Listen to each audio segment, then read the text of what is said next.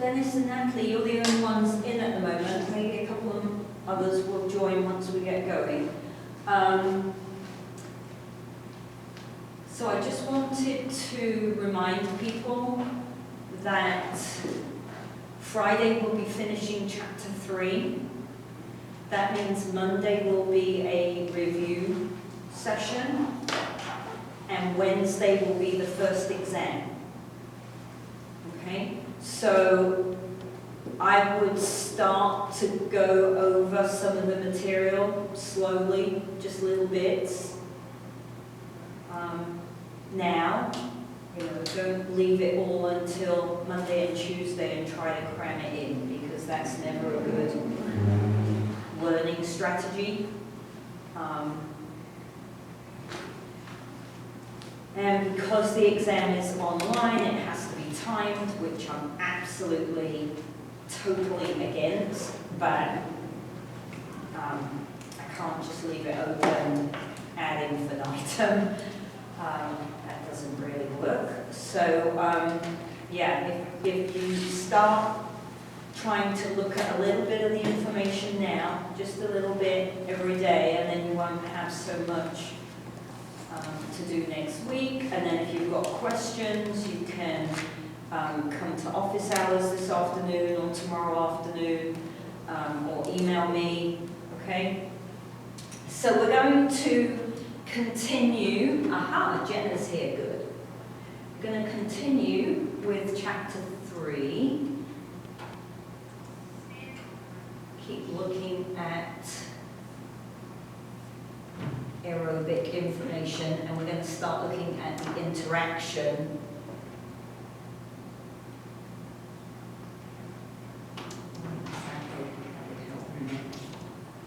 Okay, so we were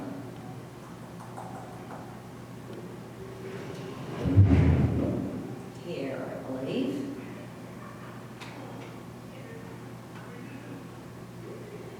They're trying to break the door down from athletic training. I don't know what they're up to.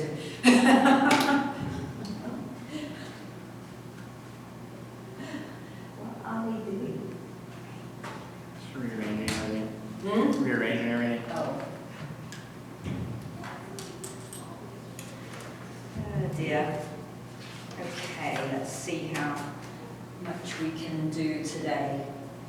All right, so remember that anaerobic ATP production is going to come from either system 1, ATP-PC, and so the substrates per se are, well, the ATP is already there. The substrate is the phosphocreatine, but it's not a substrate that I'm eating, right? That's stored in the muscle cell, and it's readily available right there to break down and access that energy bond. Then we've got system 2, glycolysis. That was weird.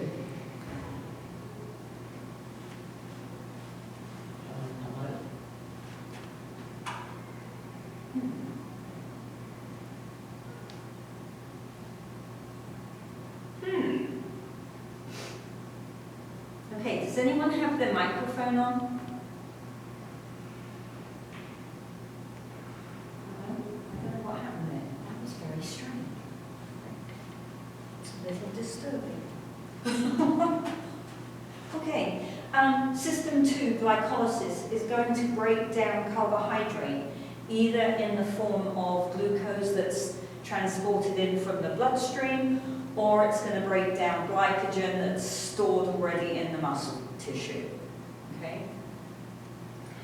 Aerobic metabolism is primarily going to use carbohydrate, and that's going to be transported to the system in the form of pyruvate from the bottom of glycolysis, right?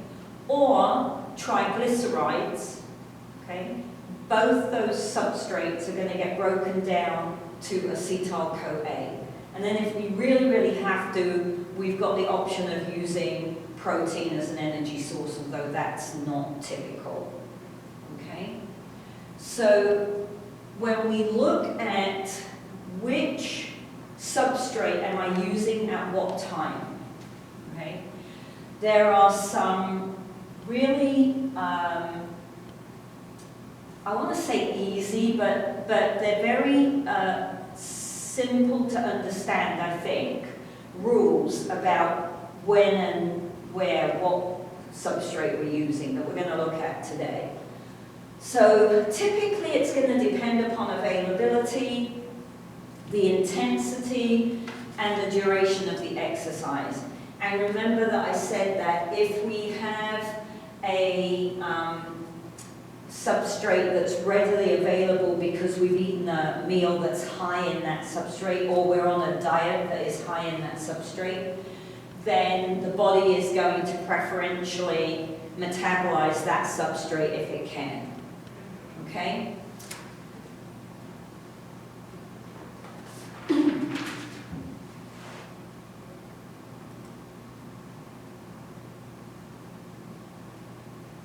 So the first variable we're going to look at is intensity of the exercise. What's the workload?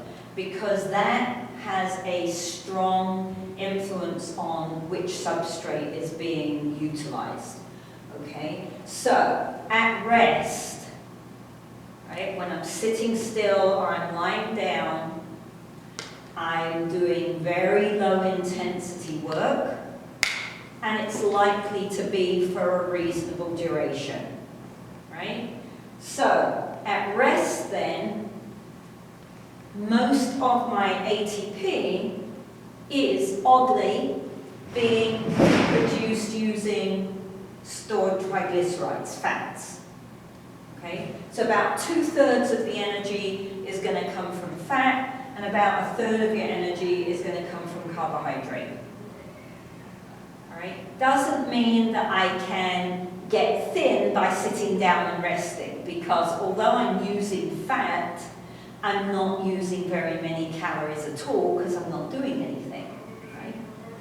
So as the exercise intensity increases from rest, then the ratio of fats to carbohydrates being used changes. The harder the work, the faster I need to be able to access ATP. That should be kind of straightforward to understand. If I'm working really, really hard, I need lots of ATP available very quickly, right? And remember that we said fats are a huge molecule. So I can't break them down and get at the energy very quickly. So if I'm working hard, and I need lots of ATP very quickly, I have to be working anaerobically, and I'm going to need carbohydrate unless it's just the first few seconds, right? Theoretically, if I'm working at 100% intensity, which you can't, that's not possible, right? Then 100% of my ATP would be coming from carbohydrate.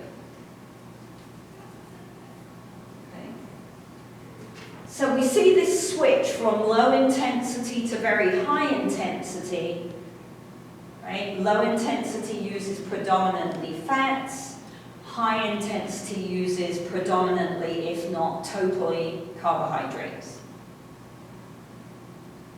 Okay? So what plays a role in the switch as intensity increases? Okay?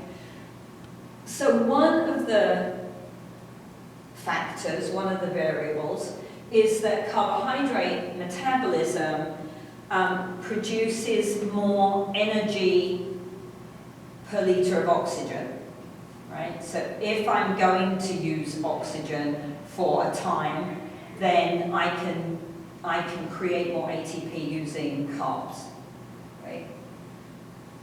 The harder I work, the more fast twitch muscle fibers I have to recruit to do that work, because slow twitch muscle fibers can work for a long time, but they can't work at a very high power strength ratio, right? So, and we'll talk more about muscle fiber types in another chapter, okay? So the harder I work, the more fast twitch fiber I have to use, and fast twitch fiber is much better at using glycolysis to produce ATP than it is at using aerobic metabolism. Not that it can't use aerobic metabolism, but it prefers glycolysis, okay? Then we see a lot of hormone changes when we're exercising. So we increase cortisol, we increase norepinephrine and epinephrine. And epinephrine stimulates the enzymes in the glycolytic chain. And so they work better, more effectively, more efficiently, maybe more quickly. And so the glycolytic chain is able to produce ATP faster. Okay? And then the last one that they think is happening is that the lactate that we see once we're working anaerobically actually suppresses breaking down triglycerides into fatty acids and glycerol. So it kind of stops me from using fat as an energy source.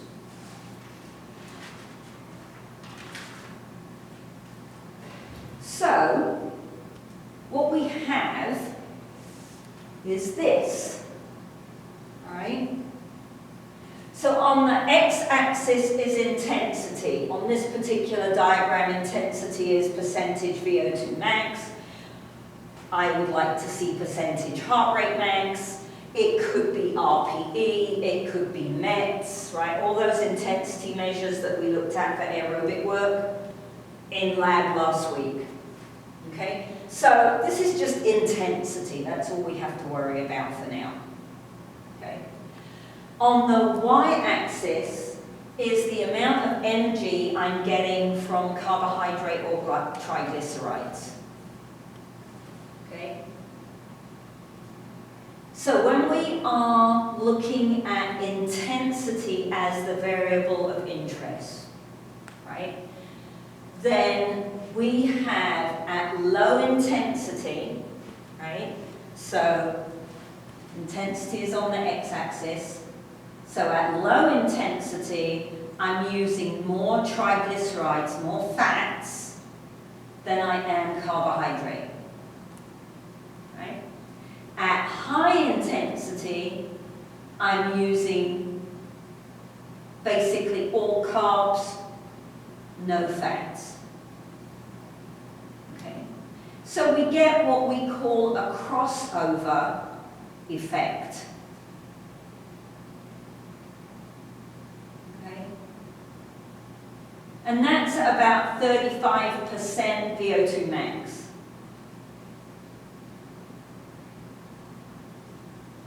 So the crossover occurs before we reach halfway of our intensity level, right? And once we've gone through the crossover, the use of carbohydrate gets higher and higher and higher and higher as I work harder, and the use of fats gets lower and lower and lower.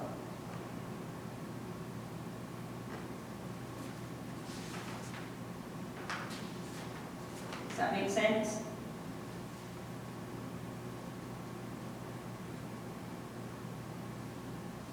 So that's the first principle that we can use that's really, really helpful, particularly if I'm trying to help someone to either, if I'm working with an athlete and I'm trying to help them sort out their diet so that they're eating the right ratio of carbs, proteins, and fats to support the kind of work they're doing, then it's important to understand this.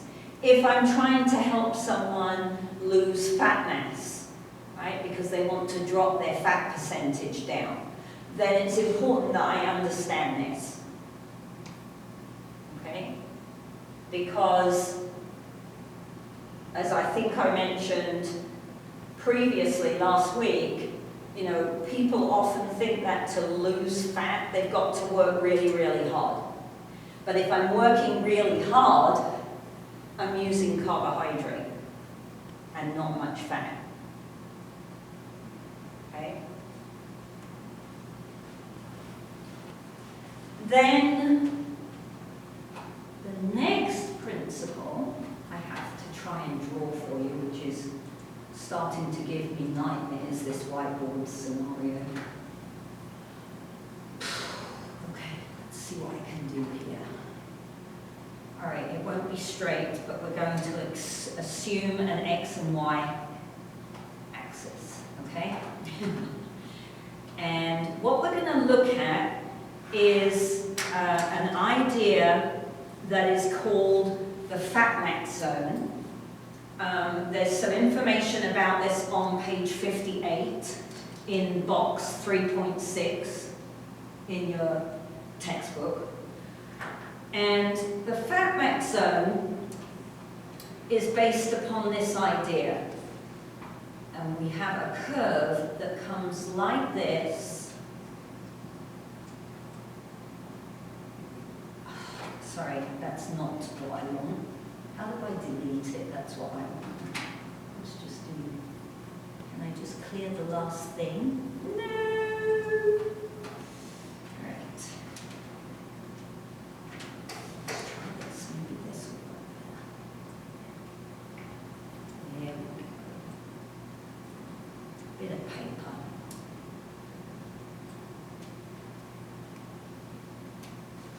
Okay, so this is the curve that we use for the fatmax zone, right? On the x-axis again, we've got intensity in whatever measure you're using. I'm going to give you the measures in heart rate max and VO2 max in a minute. On the y-axis, we have fat metabolism. Okay, fat.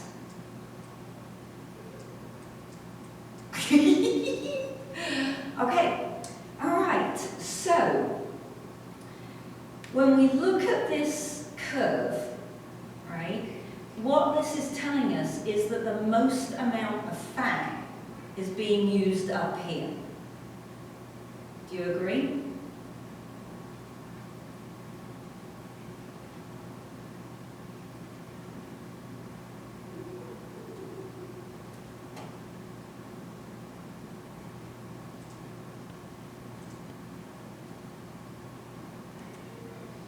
So we're going to set a zone here, and this is called the fatmax zone. This is the level of intensity that I need to work at to optimize fat use.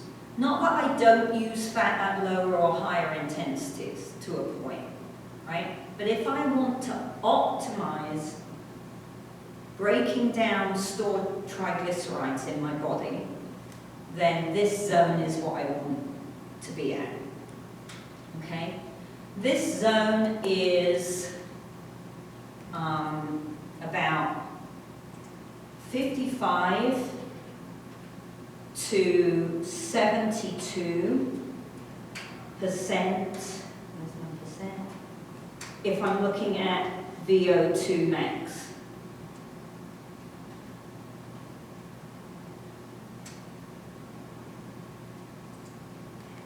More usefully, in my view, it is 68 to about 79% heart rate max.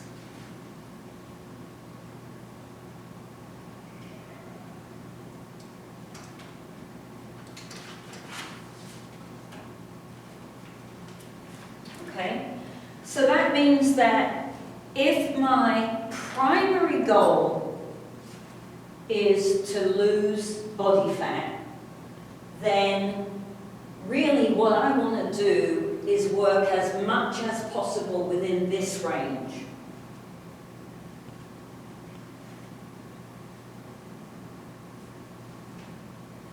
Okay? But we have a third idea that is really important when we're looking at this. So we've had a look at the crossover when we're looking at intensity. There's also a crossover when we look at duration. Okay? So let's stop sharing that one. Come back here. It would be a lot easier if it just went back to the slide you were on the last time you were in PowerPoint. Crossover duration. Here we go.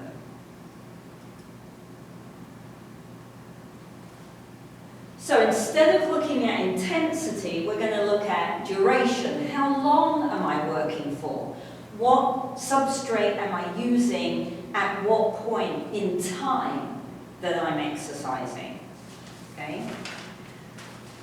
So when we look at duration, we see a flip-flop of the crossover. All right?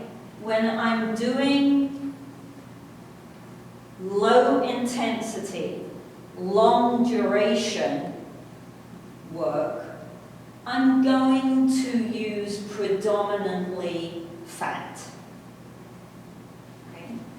If I'm doing short duration, then the assumption is that I'm going to be working harder than I would be if I'm working for 10 minutes, I'm going to be working much harder than I would be if I was working for an hour, right? We have to make that assumption initially. Okay? So we have a flip of the other graph. Okay? So if I go back to this graph, right? I wish I could draw on here. On the x-axis, instead of intensity, now we've got duration. Right? Now my blue line is triglycerides, and my orange line is carbohydrate. Right? So when I'm working at shorter duration for less amount of time, I'm going to be using more carbohydrate than I am fat. The longer I go on, the more fats I use and the less carbs I use. Okay. The crossover effect, when we're looking at time, is around 20 minutes or so for most people.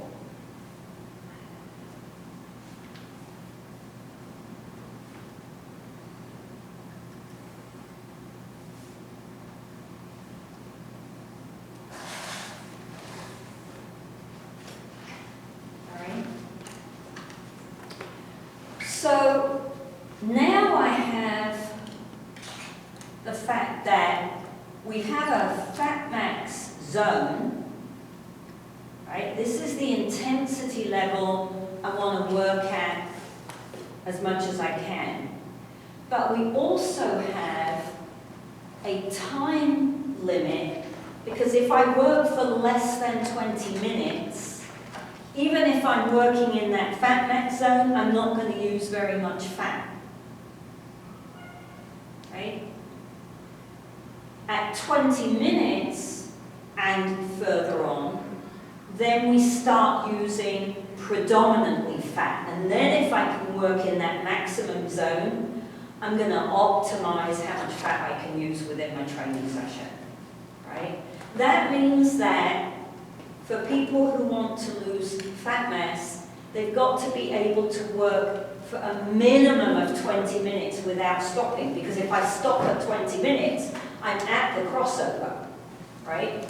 And so I don't drive that fat being the predominant source, okay? So I have to be able to work for longer than 20 minutes to access that stored fat.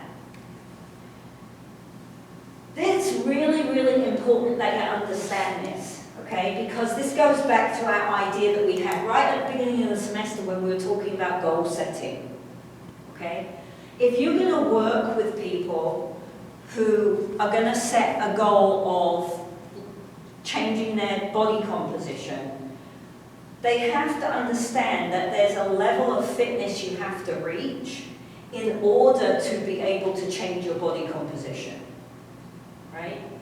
So if you take on a client who is obese or at least severely overweight, relatively sedentary, not in very good shape, it's going to take time to get that person fit enough to really be able to target fat loss. Not that they won't lose some just by changing from being sedentary to doing some kind of movement, right?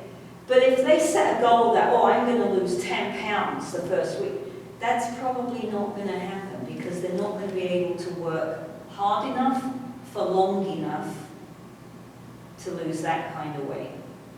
Does that make sense?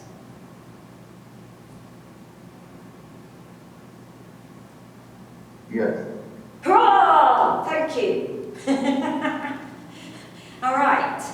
So, another thing to take into account is your liquid and or food intake just before exercise. All right. When we eat carbohydrate or we drink a carbohydrate supplement drink or something like that, when carbohydrate hits the system, our body releases insulin because insulin is the transporter molecule to move glucose out of the bloodstream and into the muscle tissue and the liver. Okay? The problem with insulin is that it inhibits lipase, which is the enzyme that is facilitating breaking down fat. Okay? So if I eat carbohydrate and I release a ton of insulin, I can't access my stored fat for a while until my insulin levels drop back down. Right? So that means that if I'm looking to cut up, if I'm an athlete, right, and I want to get cut and I want to drop some water weight and some fat mass, then I want to train without having had a lot of carbohydrate right before I'm training. Now this is where it starts to get clever, because when we look at the nutritional information, you'll see that the nutritional information suggests that you do have some carbohydrate ahead of time. So it depends on what the goal is, right? If the goal is muscle growth or strength, you probably want some carbs. If the goal is fat loss, you don't want to be eating carbs right before your exercise session. Right?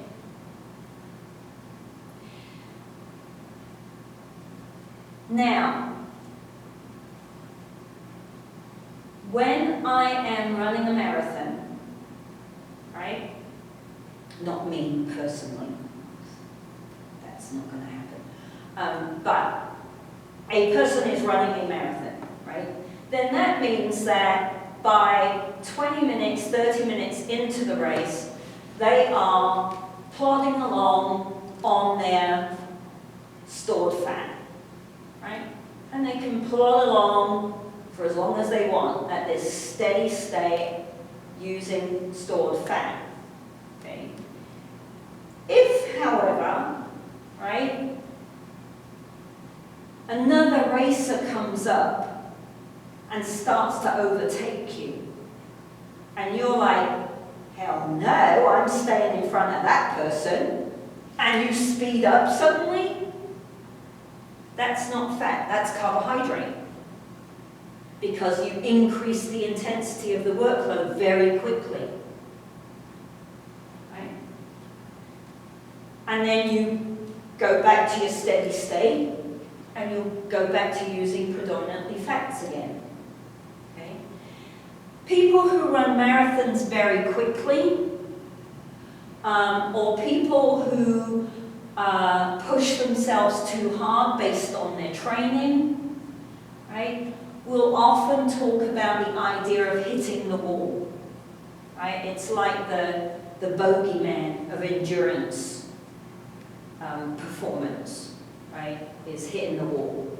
And if you ever watch marathons or long-distance cycling races, you can see people literally collapse in sight of the finish line.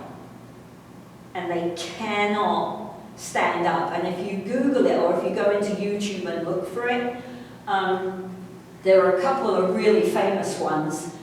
There's one Swedish lady at the Olympics a few years ago. But what you'll often see is that the people around them, the other runners, will slow down and pick them up and help them to the finish line so that they finish. Right? Which is a lovely thing, I think, to see. It gives you hope for human nature when you see people put their own time in the race at risk to help someone else actually finish, right? Because what happens in those circumstances is that although we're using predominantly fat, there comes a time where the workload is so high because you've been going for so long that you switch back to carbohydrate. And then, because you use carbohydrate at the beginning for the first 20 minutes, and you use carbohydrate for any little sprints or pickup speeds you did during the race, you get to the end of the race and there just is not enough carbohydrate left to keep producing ATP, and you fall flat on your face. Right?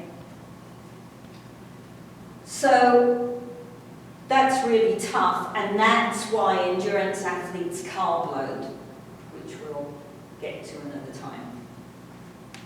Because they want as much carbohydrate in the system as they possibly can before they start, so that they don't end up hitting the wall towards the end of the race, and they can run straight through.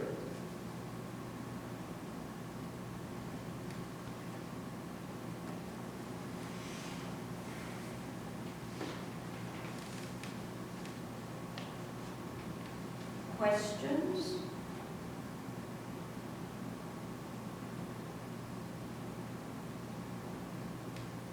So based on that idea, when you watch endurance performances, you'll often see people stop, grab a drink, or they'll be running with a drink.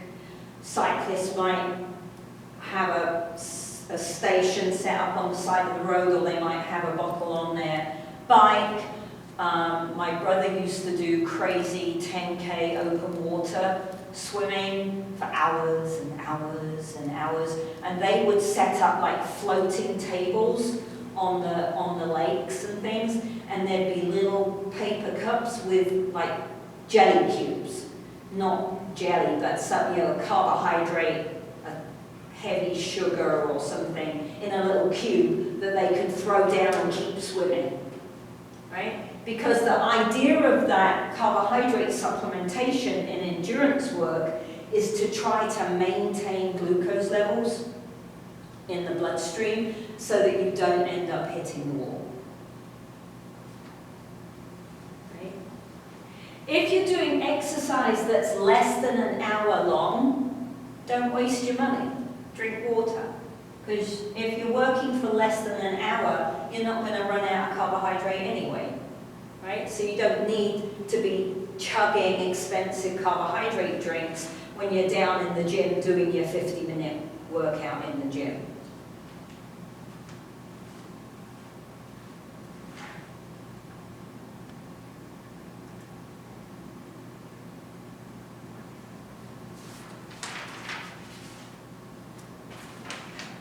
Okay, questions on any of those three concepts? Got an intensity crossover, fat max zone, and a duration crossover.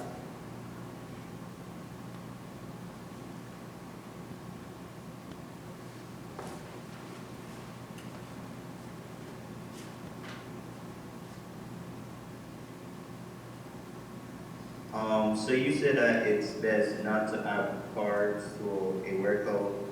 Like before a workout, if your goal is to lose fat or get toned.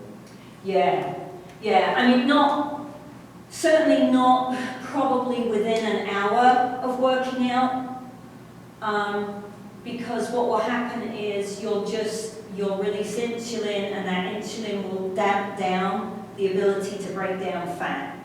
And so you're kind of contradicting yourself. You know, a couple of hours out you're okay, but not too close to the workout session.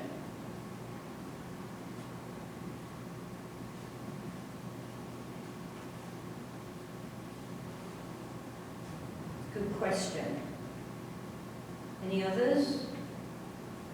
Anything you need me to repeat?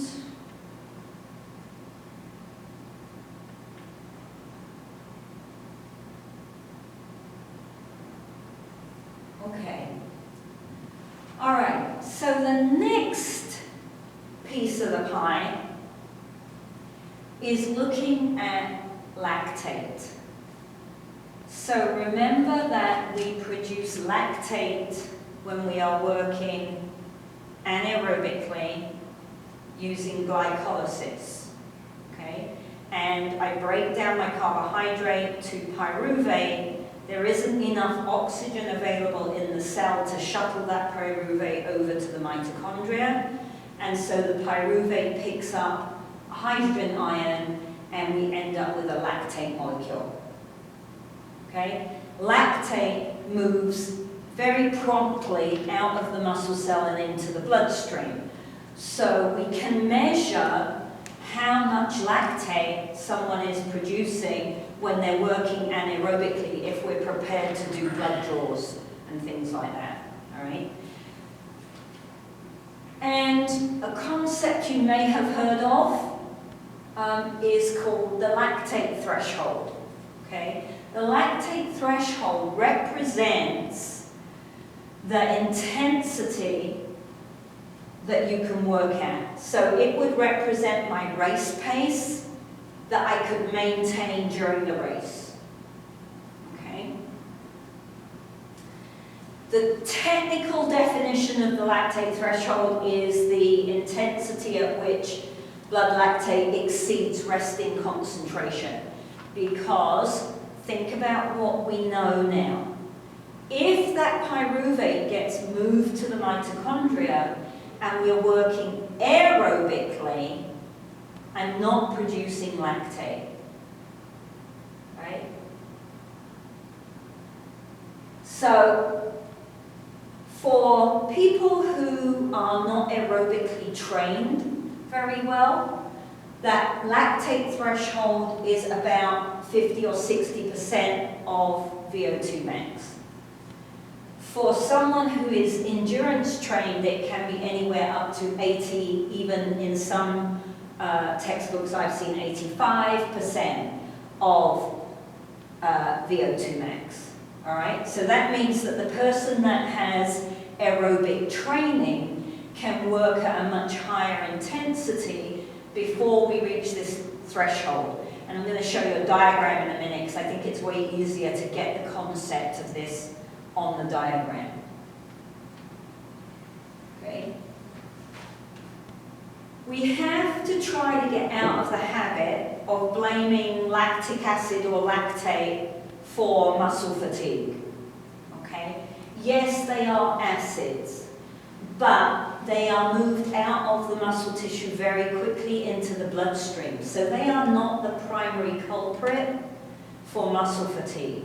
We have to remember that when we're making ATP, we're producing hydrogen ions, and the hydrogen ions are acidic.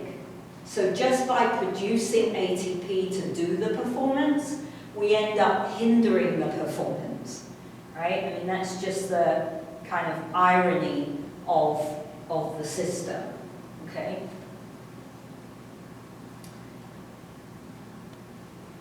So lactate threshold is often used for training zones in like swimming uses lactate threshold. Some track events use lactate threshold, and they'll have their training programs written at above, below, or at lactate threshold.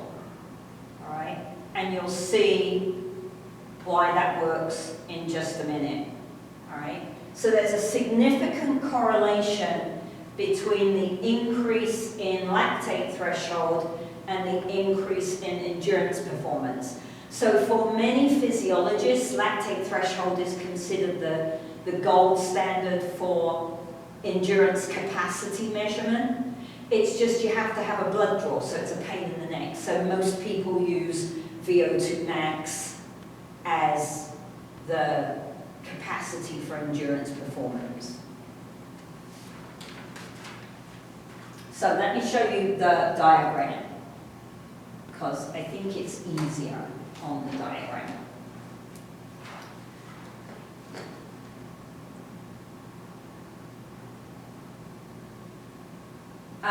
OBLA is the onset of blood lactic acid or something like that. Don't worry too much. I don't know how much detail the chapter goes into on OBLA. I don't want you to worry about it because the concept of lactate threshold is confusing enough without adding in OBLA as well. Okay? So on the x-axis we have intensity. On the y-axis, we've got concentration of blood lactate. So how much lactate is being made via glycolysis and dumped into the bloodstream. All right? So, look at the blue line first of all. This is someone who is not aerobically trained. Okay? So we start off at low intensity and we gradually increase the intensity.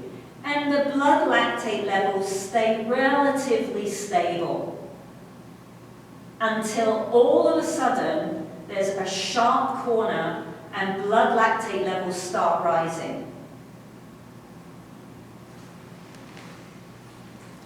Does that make sense when you're looking at this? That corner is the lactate threshold. Because once I round the corner, if my blood lactate is increasing, I'm working anaerobically via glycolysis and I'm releasing hydrogens, which means I'm heading to fatigue. All the time I'm chugging along on the left-hand side of the corner, I'm not producing large amounts of blood lactate. That means I'm working aerobically here. Right? So, for this individual, their lactate threshold occurred at around 50% of VO2 max. So they weren't working that hard. Really, if you go back to that intensity chart that I gave you last Thursday, right, 50% VO2 max isn't deathly. Okay, you guys would probably still be walking at that level, right?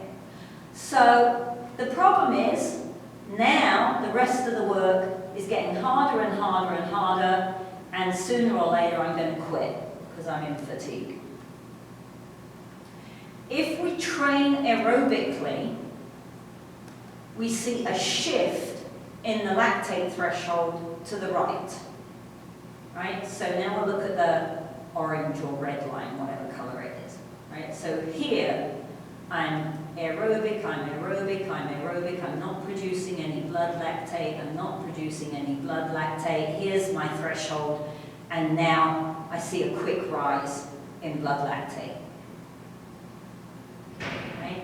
But look where the threshold is now compared to the untrained person. Right? So this trained individual has all this extra time that they can keep working really hard before they start to fatigue. So in a race, that's a big difference. right? Those two thresholds would make a huge difference in a race.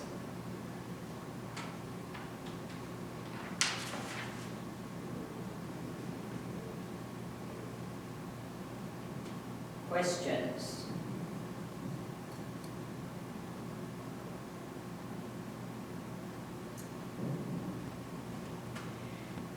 Some resources will call this the anaerobic threshold.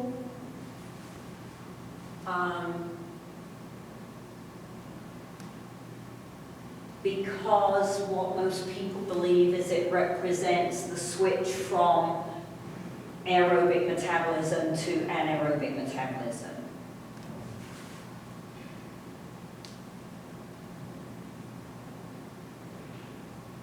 Okay, but the idea is we want to shift this threshold as much to the right as we can to give ourselves more time at working aerobically on our program before we start to fatigue, right? So if I'm really clever, okay, if I'm a coach that really understands physiology and I want to work my athlete as hard as I can without them getting fatigued so that we can do an extra half an hour of training, right? Then I set the intensity level here, just underneath wherever their threshold is, right? Because that's going to be really hard work, but they're not going to go into muscular fatigue. Mental fatigue, that's a whole different ballgame, right? But we're not going to have physiological fatigue if we set the training intensity into the left of that corner.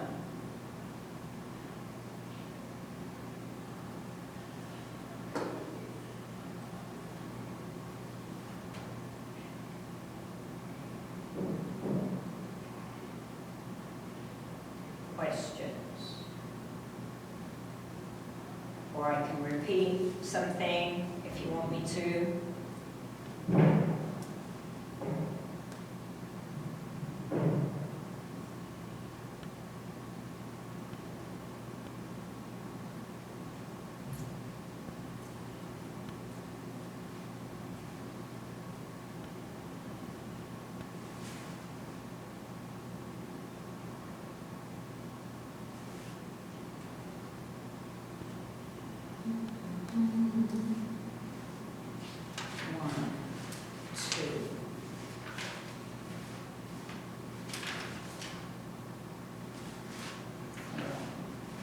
I think I'm going to leave it here.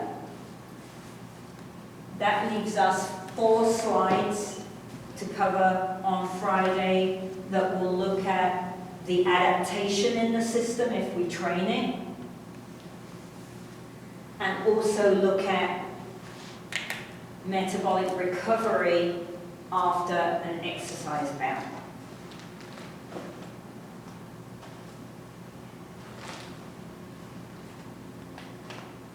So let this soak in. I've got office hours in half an hour. All right. I've also got office hours tomorrow from 1 till 3. So if as it's percolating you suddenly go, what the heck did she say? And you need me to say it again, come see me in office hours or put something on the discussion board so that I can answer that for you. Freezing in here. Aren't you freezing? God. I had to put the heating on at home when I went in at lunchtime. Oh my God, it's so cold. Yeah, it was just like 100 degrees not so long ago. I know. It was like 96 on Sunday and 40 today. It's insane. But luckily it's only meant to last a couple of days, so. Hopefully, yeah. It's too cold.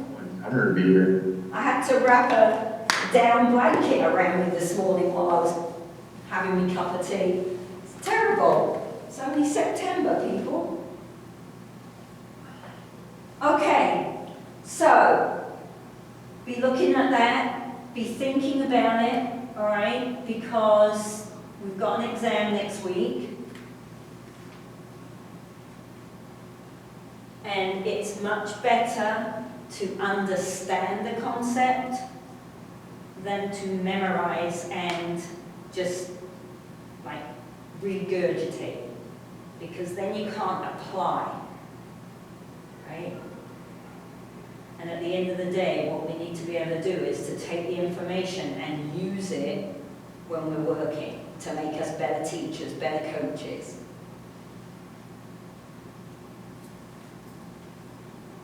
Okay? All right.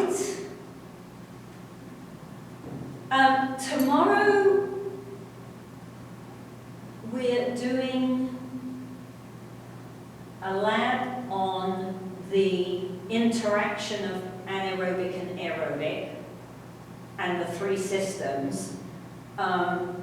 Usually that's a role play game that we do with balloons and hat pins, and we burst stuff and have all kinds of fun, which obviously we can't do. So I haven't totally decided how I'm going to manage that yet, so keep an eye on Blackboard in case I send some messages out about what we're going to do. So I have to spend some time thinking about that this afternoon. Okay, I will talk to you later. Come and see me in office hours if you've got questions, okay? Have a good day. And you.